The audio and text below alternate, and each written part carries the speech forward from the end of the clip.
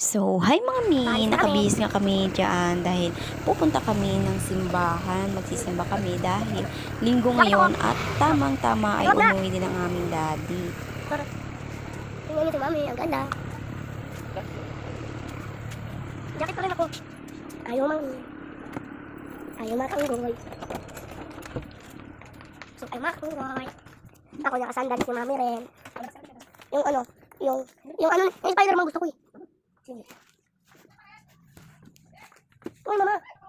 Mama. Oh, si Daddy, hindi mo kukuha na ng jacket. Ha?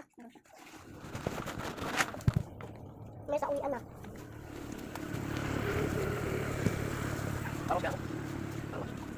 Sige nga, magpaka-wash ka nga. Yung coke ma, hindi ka bibili.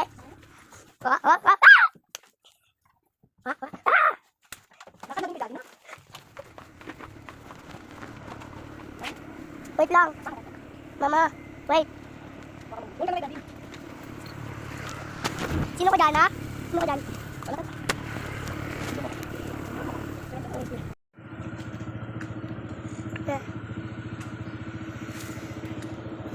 Uy! Okay nga lang yan. Pag tayo ng limo. Paano itong video?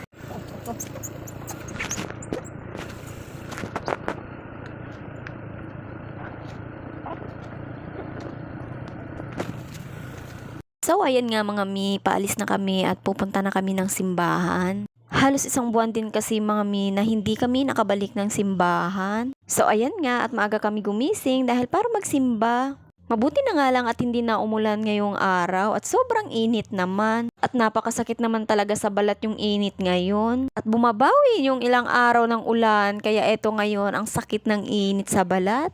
At parang napansin ko nga ay napakalabo ng aking kamera ay hindi ko pala napunasan.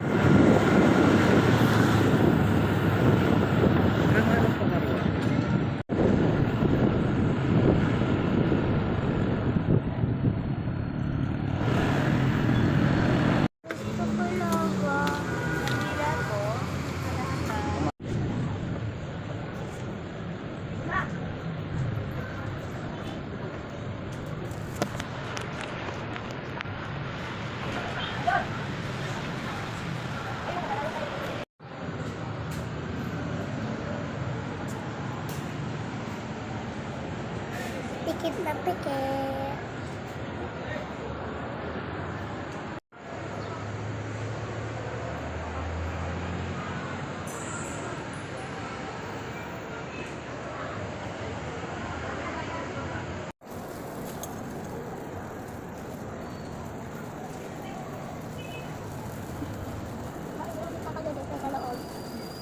At ayan nga ay tapos na kaming magsimba at ang sabi ng anak ko ay picturean ko daw muna siya dito.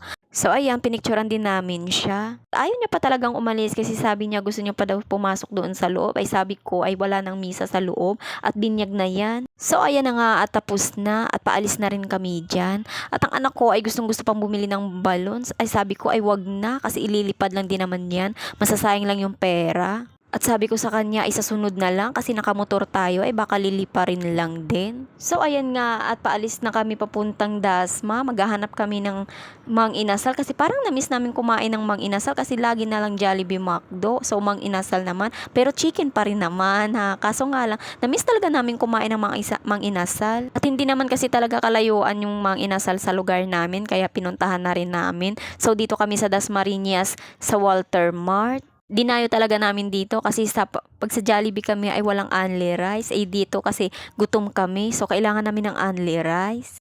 So dito na nga kami at ayaw pa nga pumasok ng anak ko kasi gusto nga Jollibee. So after ko mag-order dyan ay humanap muna sila ng Jollibee kasi gusto niya ng Jollibee. At ayan ako na lang mag-isa sa upuan na antay kong tumunog yan. At nung tumunog nga ay kinuha ko na yung order namin. So ayan nag-aantay yung pagkain. Ang tagal-tagal kasi nila. Wala pa rin sila hanggang ngayon nandito na yung order namin. At ayan na nga ay dumating na rin sila at kakain muna kami mga mi kasi gutom na gutom na.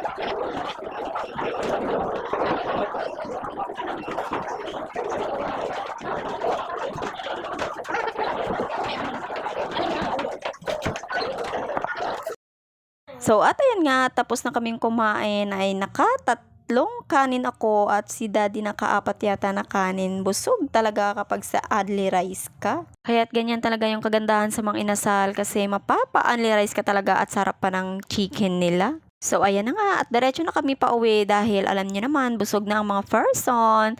Diretso na siguro kami pagdating sa CR, mag-aagawan na naman kami niyan kasi sa sobrang busog namin. So, hanggang dito na lang mga mi. Sa susunod ulit. Bye!